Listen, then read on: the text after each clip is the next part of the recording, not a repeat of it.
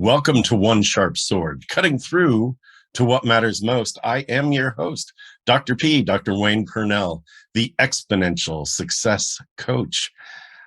I have an amazing guest with me today, and we're all going to learn something. When I first met her, I was very impressed by how she's taken the concept of relationships into various arenas.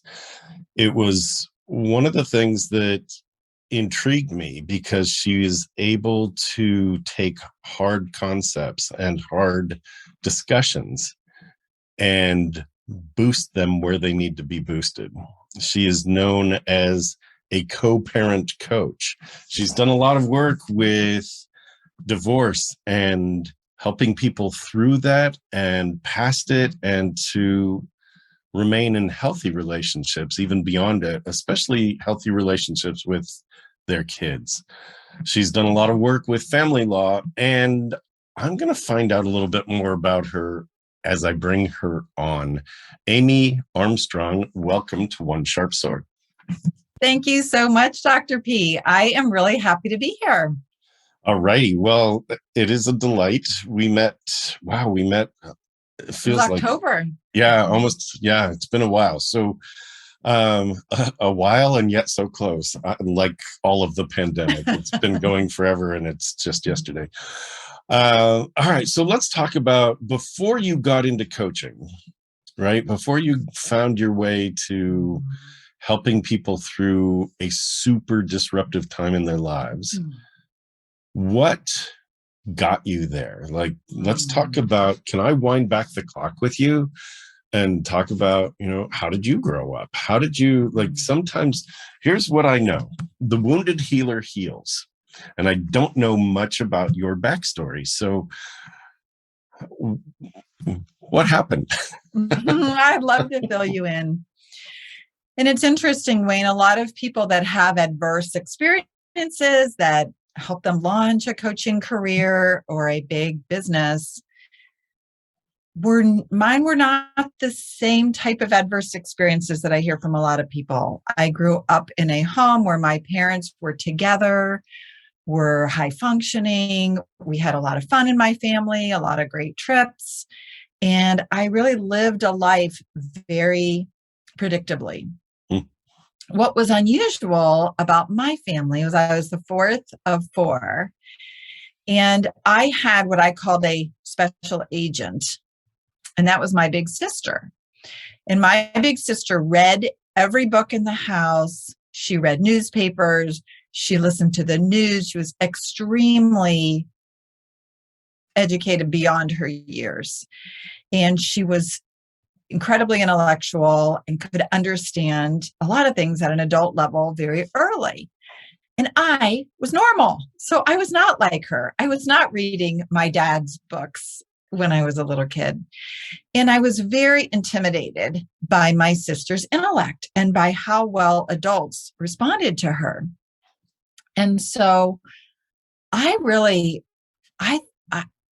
just appreciated that she paved the way for my reputation. People kind of assumed I was going to be smart too because she was, but I was riding piggyback on her intellect.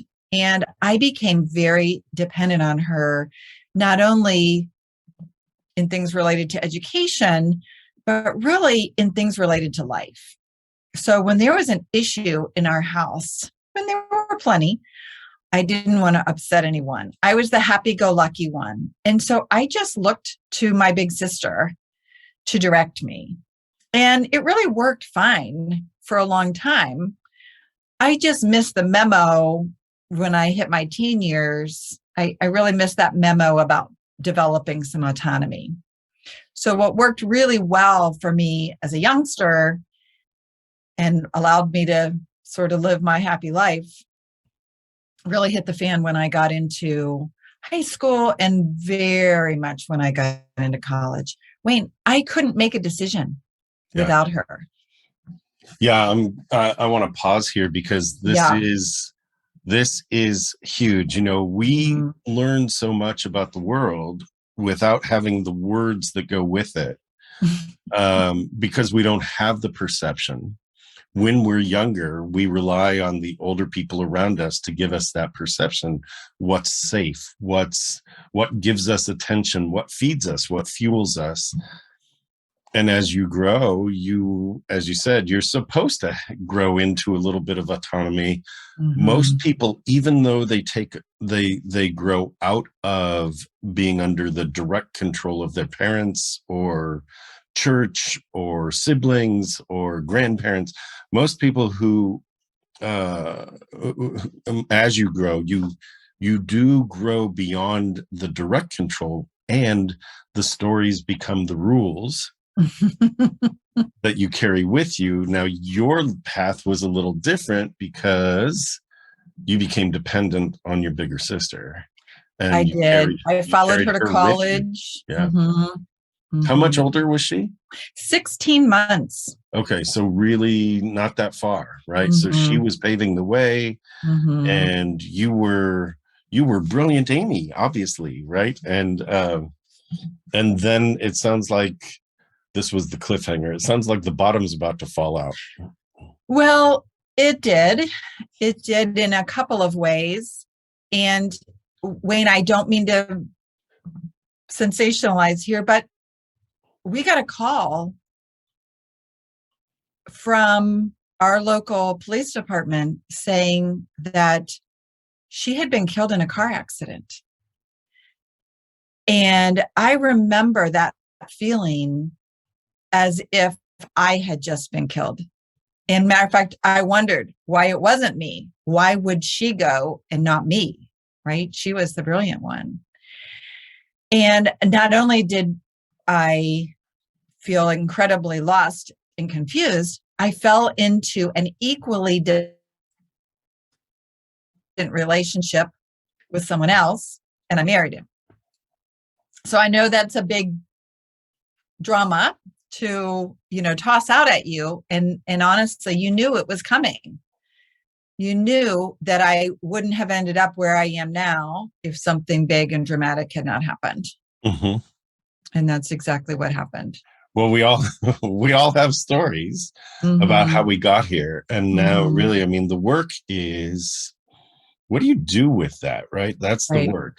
Something, the biggest thing, one of the things that I continue to point out is you're as old as you've ever been, which means that you have survival skills.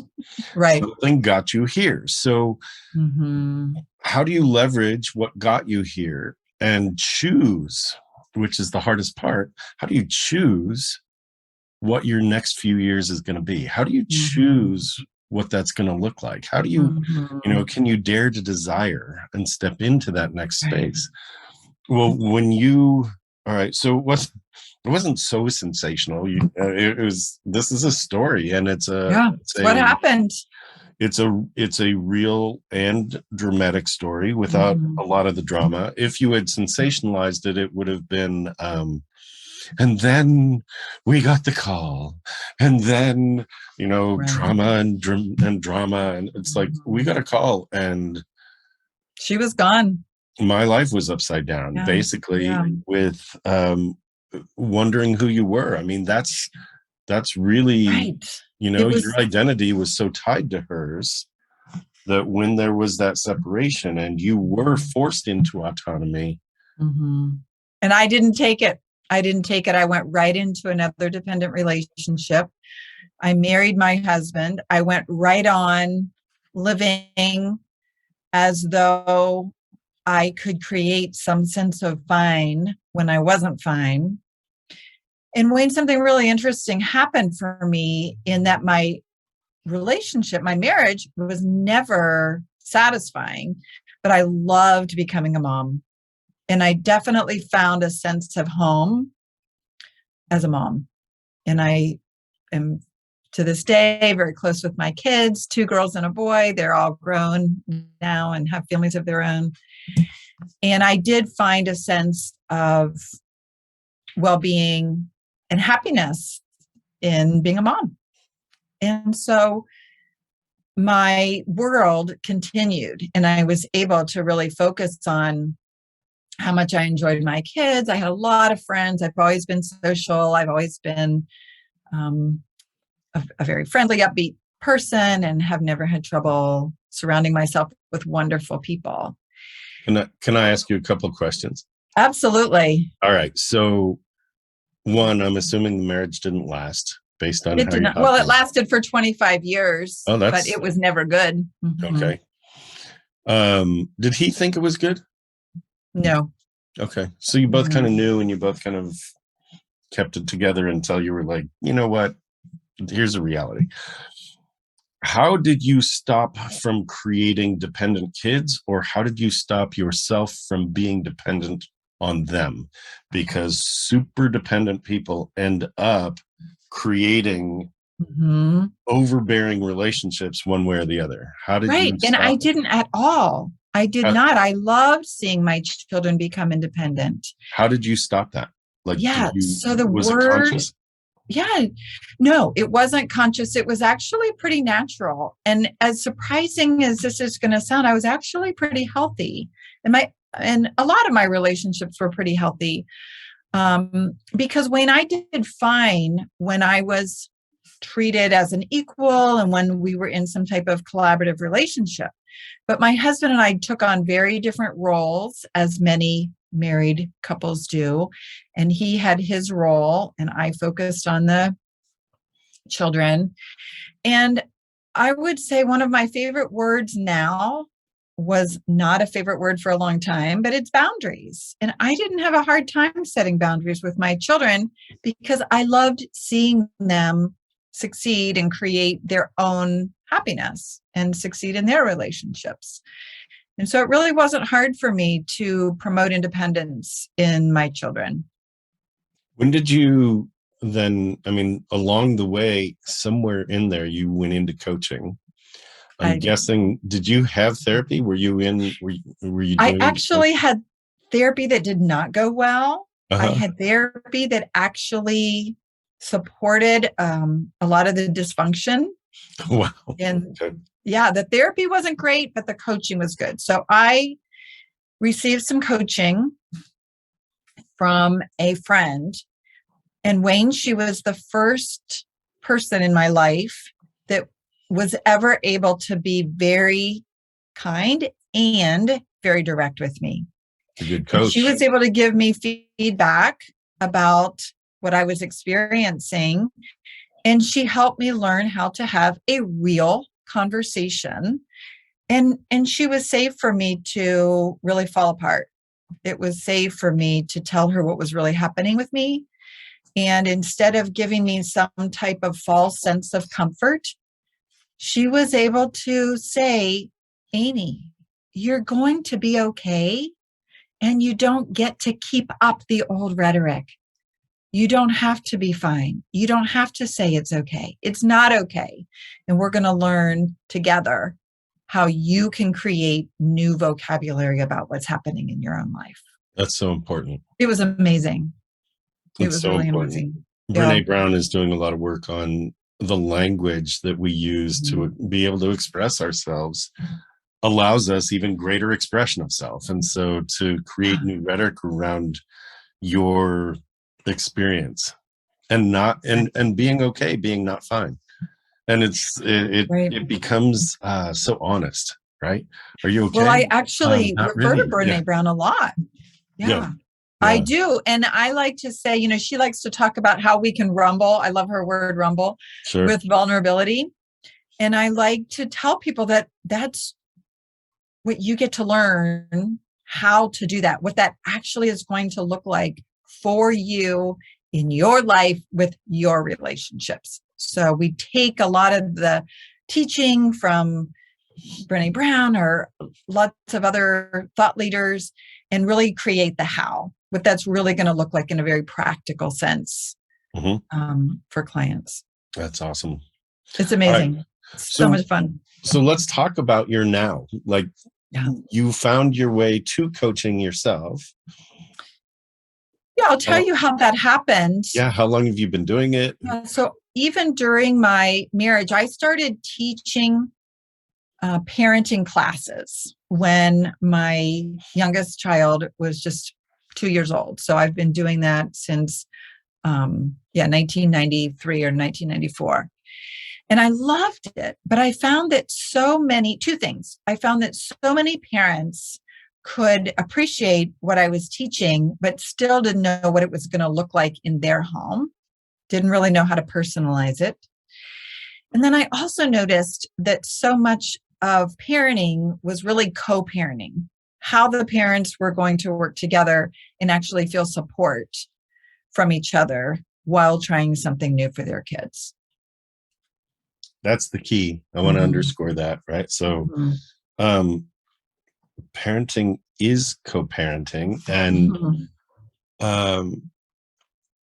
and even I don't know your work specifically. I'm going to say that even a single parent is still co-parenting, whether that's with community, with other family members, with the school. Well said. Yeah. Yeah. So. And it comes in many different forms. It's just matter of fact, I got together with two other parent coaches and we wrote a book and talked about these pillars of parenting, where parenting isn't all under the same umbrella. We really want to look at what the relationship pillars are, what the support pillars are, and what the teaching pillars are. And this co-parenting piece that falls under the relationship pillars certainly brings in community, brings in a lot to do with self-support and self-care. But we definitely don't parent in a vacuum. Talk about the 3 pillars. What are they again? Yeah, they are relationship pillars, and that has to do with how we tune into our child, how we connect with our child, and how we connect with our co-parent. They are the teaching pillars that have to do with discipline, rituals and routines, and keeping kids healthy and safe. And then we have our support pillars that has to do with how we involve community in raising our children, how we as an individual create self-awareness, and then definitely the self-care or self-support piece.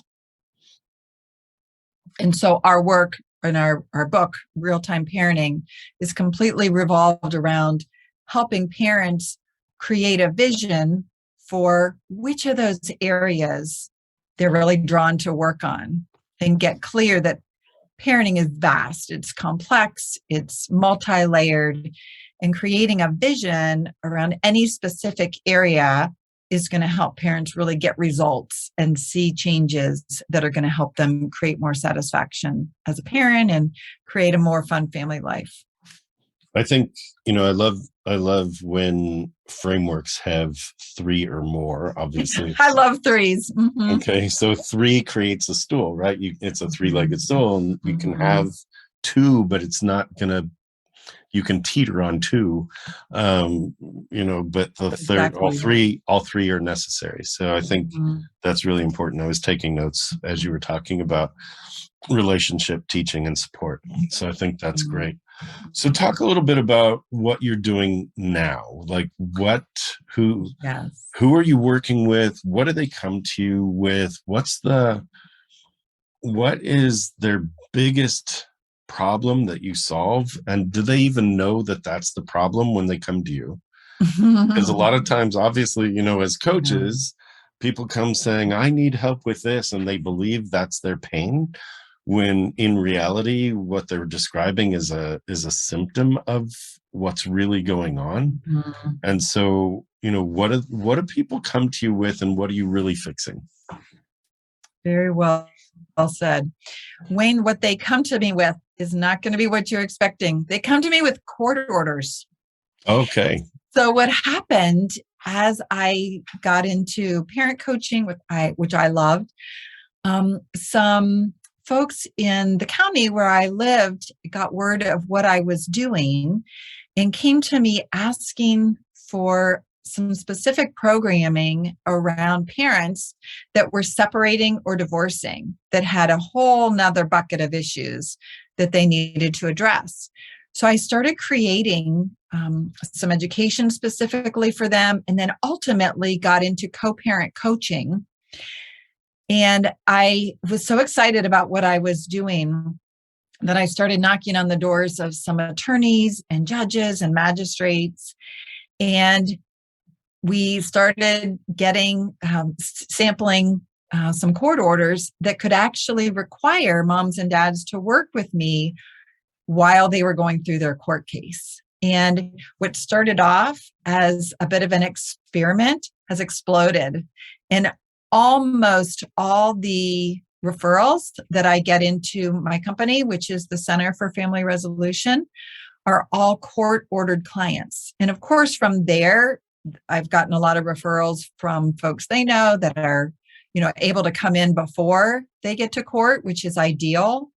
But so many of my clients come in with court orders.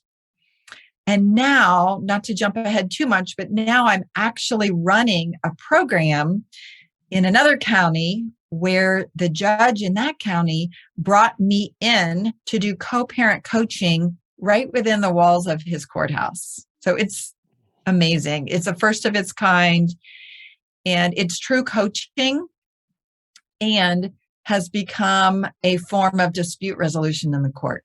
That's fantastic. It is amazing. And I see a television series in this. Oh my gosh. Right? Can you imagine? It's like, we have all these other court things. It's like, why not see coaching on TV so that people can understand, like there is a path to actually talking together, to actually being civil with the child in mind, where you take yourself, when it's tug of war between the parents and you go, stop the tug of war, the focus is on the child. Yeah. And now you have a unified vision toward which both parties are working. I'm assuming that's the work. It is. And there's a catch to it. Okay. So I have a reputation for working well with really high conflict families. Oh. So it's not just for moms and dads who want to be friends. A lot of the work I do is for moms and dads that are going to do what we call parallel parenting, where they're not going to interact, but they still care enough about their child to try something new. And honestly, it helps to have court orders a lot of times, because these are not people that would seek out help. And these are not people that would ever choose to be in a joint session. I mean, some of these people have had domestic violence in their history. So I don't shy away from working with very high conflict people. And what happens, this is what I would call the catch to what you're saying, is that a lot of people, when they are in a coaching process, the mistake other professionals often make is trying to find common ground. Now, don't worry here. Of course, we love common ground. But when people aren't getting along, the last thing they want to hear is how much they have in common. They need permission to disagree with each other. They need permission to have very different worldviews and permission to have different perspectives. And as soon as they find out that I'm not here to try to talk them out of their perspective, they start to let their guard down. So what I'm doing is helping them articulate their perspective, validating their perspective, and then asking great coaching questions like, okay, given that mom, you're all the way over here and dad, you're all the way over here, what do you guys want to do with this? What do you want your child to experience given these two very opposing points of view? And then the conversations are very different, and people find they don't have to blame each other as much. They don't have to be as defensive, because nobody's asking them to lose something that's very important to them. And they start to feel a little safer. They start to feel a little bit more comfortable experimenting, because they don't feel so threatened that I'm going to tell them how to think or feel, or that the other parent is going to talk them out of something that means the world to them. I think one of the biggest things we can do as coaches, because as coach, we come in, right? and we do coaching in different arenas. So, but coaching is really about having a perspective that the other doesn't. That one of the things I say is you can't ask a fish what water is like, because they have no way of discerning not water, right? That's the world. They've never seen water from land. Right. Yeah. So we come in as the bird's eye view and go, hey, there's a fish, there's water, there's all this stuff. I love permission to have different worldviews, where we as coaches come in and, in your work, you're coming into a pretty potentially volatile, or at least emotionally volatile, very volatile situation. And you're saying, you know what? That's cool. Have your feelings. No one's going to take that away from you. Have your perspective. No one's going to take that away from you. And yet, again, here's where you both need to focus. Here's your child. What experience? I love this question. Given that you have different worldviews, what do you want your child to experience? That is so powerful. I think as parents, you could be asking that every single day, whether you're in a dysfunctional home or a super functional home. What do you want your child to experience? Like, being deliberate about that is huge. So that's awesome. That's really that's cool. Where it goes back to that idea of creating a vision of what we want the parent to experience, what we want the child to experience, what we want any event or interaction to be like. And you know this as well as I do, that once you have a vision of what it is that you really want to create, the action steps to get there will just automatically emerge. The hard part is getting clarity on the vision, which is why I love coaching so much, because that's where we meet people, is wherever they are, and then help them discern and define and get really clear on what it is that they want to create. That's fabulous. All right. So where are you located? So I'm in Columbus, Ohio. Okay. I do have clients in several states, mostly in Ohio. Right now, I would say we really have a presence in about 7 counties in Ohio. That's great. That is amazing. And well, I'm excited about getting the word out about what I'm doing in the domestic relations arena, so that other coaches that are drawn to work with families can start to embrace this intersection between coaching and family law. Are you, two things, are you training parents still, and are you training coaches as well? I am no longer doing any specific education for groups for parents. And as a matter of fact, almost all my coaching now is group coaching, because I've started a couple of groups for parents that are in uniquely difficult situations where they're trying to co-parent with someone that is trying to undermine and really criticizes them a lot and undermining everything they do. And your other question is a great question. I started a coach development program and am training other coaches to become accredited in the ICF competencies. And that training program, as you know, ICF competencies apply across all domains. But I have some co-parent coach specific training as well. Talk about ICF. Yeah, so the International Coach Federation. Okay, because that's not a set of competencies. Right. I'm sorry? The entire audience doesn't know acronyms. Right. Thank you for reminding me. Yeah.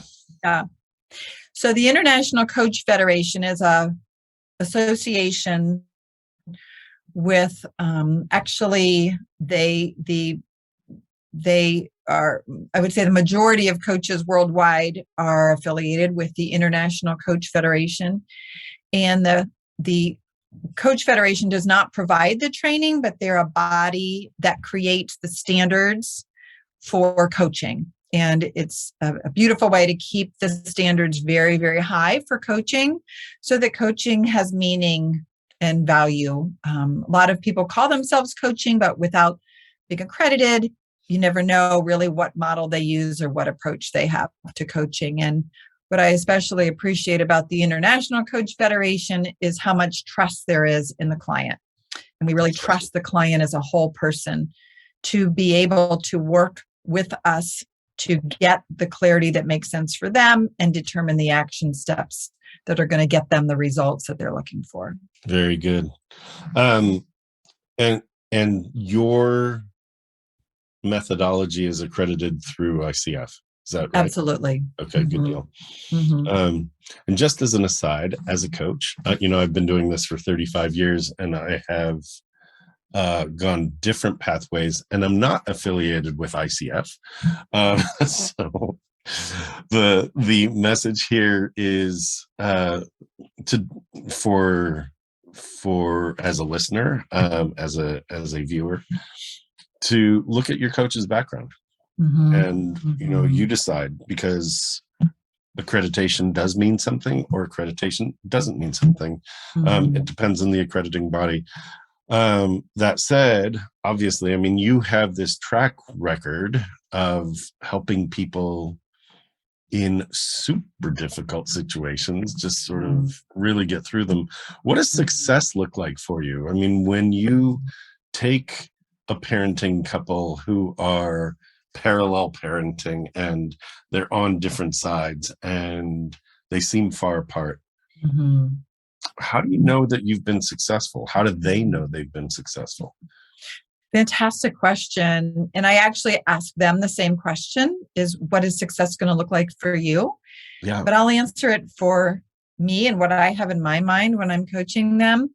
Good deal. One, I'm looking to find ways to help them regulate their nervous system, because I don't even put them in a joint session until individually they can demonstrate an ability to have a tough conversation without using foul language, without yelling, without really getting so intense in their communication that it would be disrespectful to the other person. So I run a very tight ship. And I'm happy to validate people in their emotions, but I never let them blame or take it out on the other person. So the first thing I'm looking for is for them to learn, if they need to learn or to practice, being able to communicate in a responsible manner. And then the next thing I'm looking for is that they have real conversations. They don't need to say anything to try to impress me. I have no authority. I just want to know that they're talking from their head, talking from their heart, speaking what's really true for them in the moment. As a matter of fact, I have a funny saying I use. We all know what WTF means, but I like to add a Y at the end, WTFY. And that means what's true for you. So many times they are looking to me for a right answer. And of course, there's no right answers for your life or your family. So I love that question of WTFY.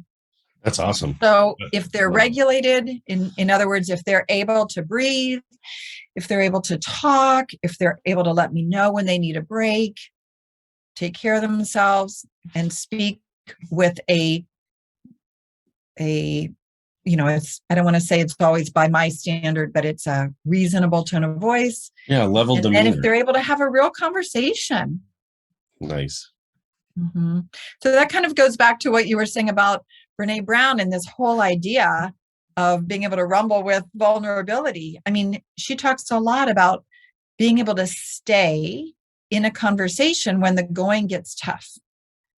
And she talks about being trustworthy. And she talks about, being able to get back up when you fall.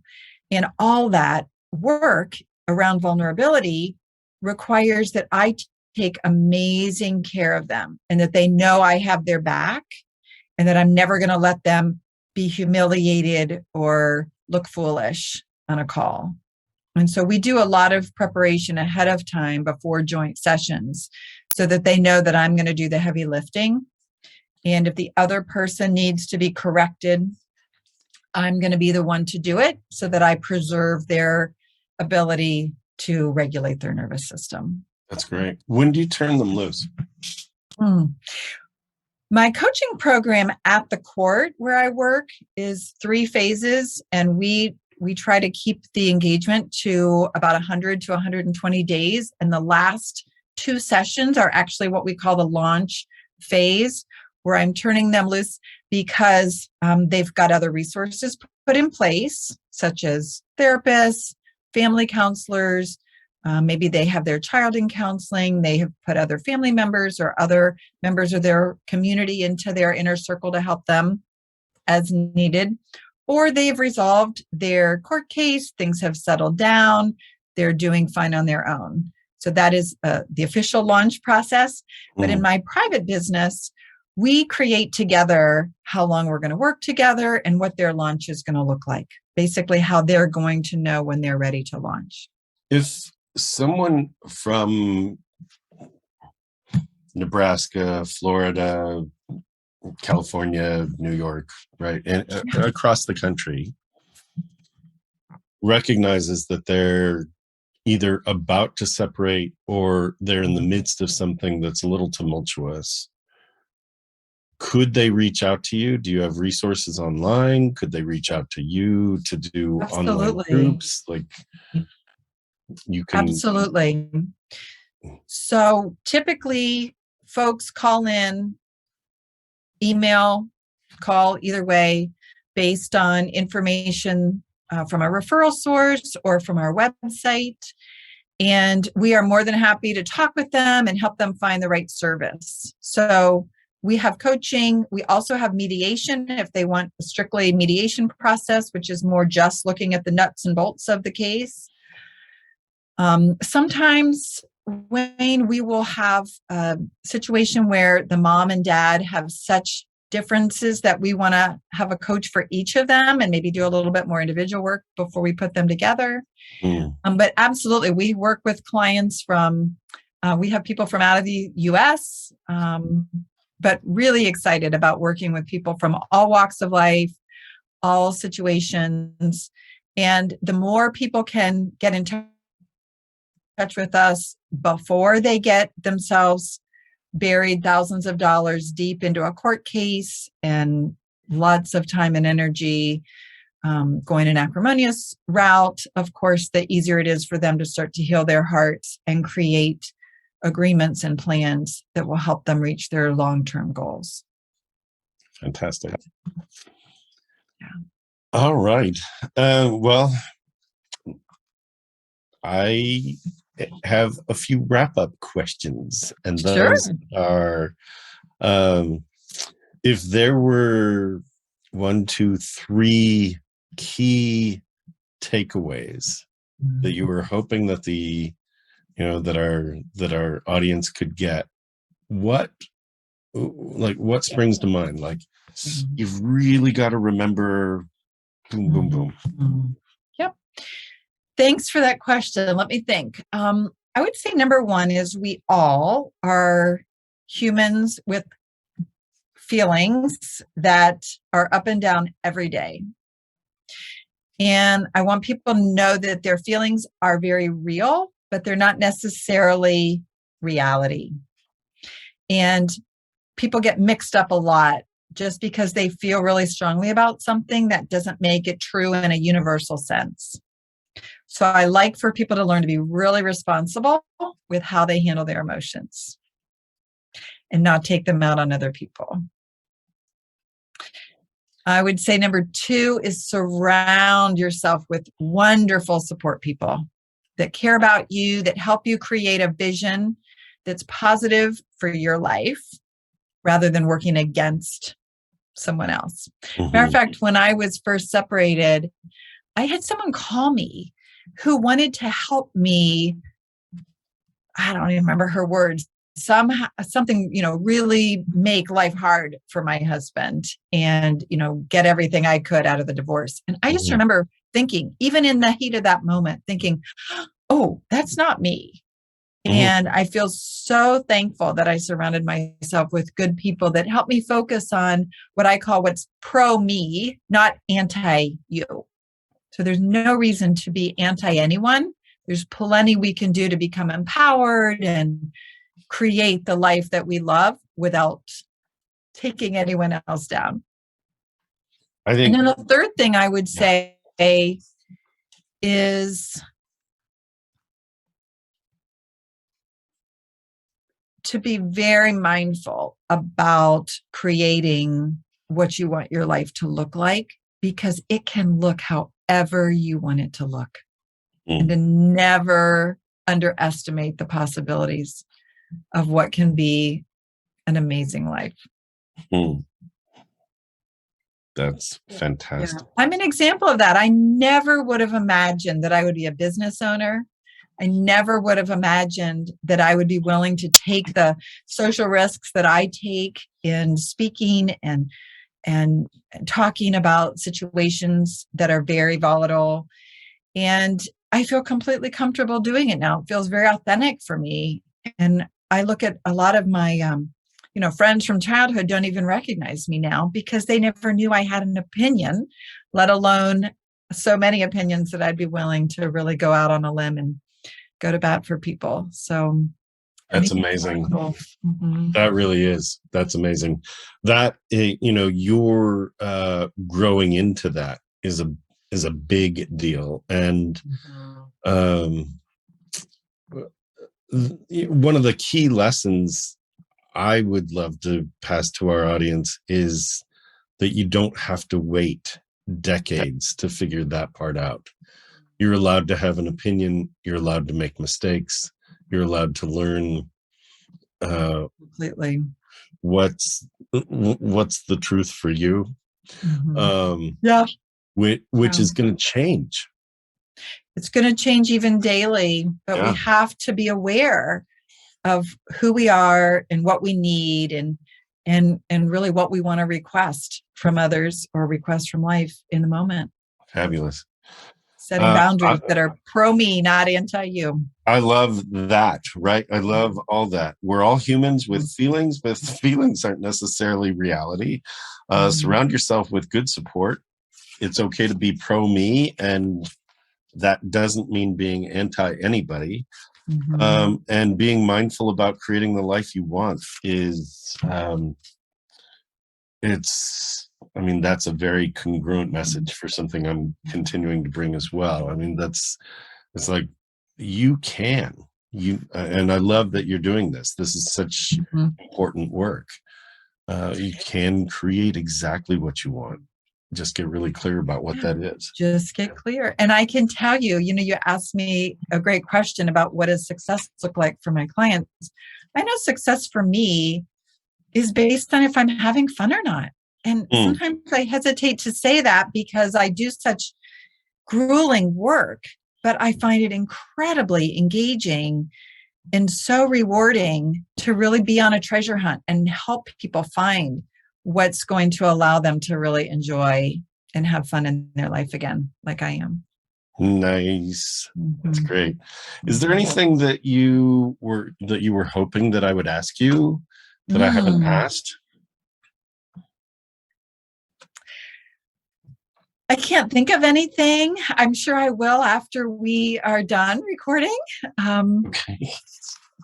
But I love talking about it. And I think what, we've kind of shown on this call today is, even though I've had some real, I had a difficult relationship, I work in situations where there's a lot of difficult conversations. I just really want to emphasize that staying power and, that ability isn't something anybody else can hand you. And these are skills that once you have them, they're yours for the rest of your life.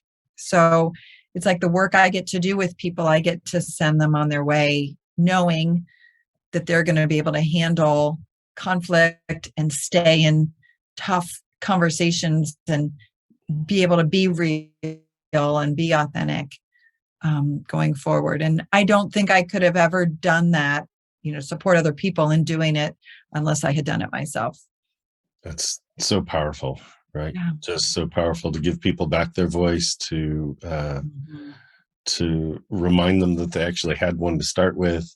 There's a sort of a Wizard of Oz feeling about it all. It's like you have always had the courage, dear lion. You've always had the heart, dear Tin Man, and dear Scarecrow. The brains are right there. So yeah, it's great because as a coach, you are reminding each individual how powerful they really are.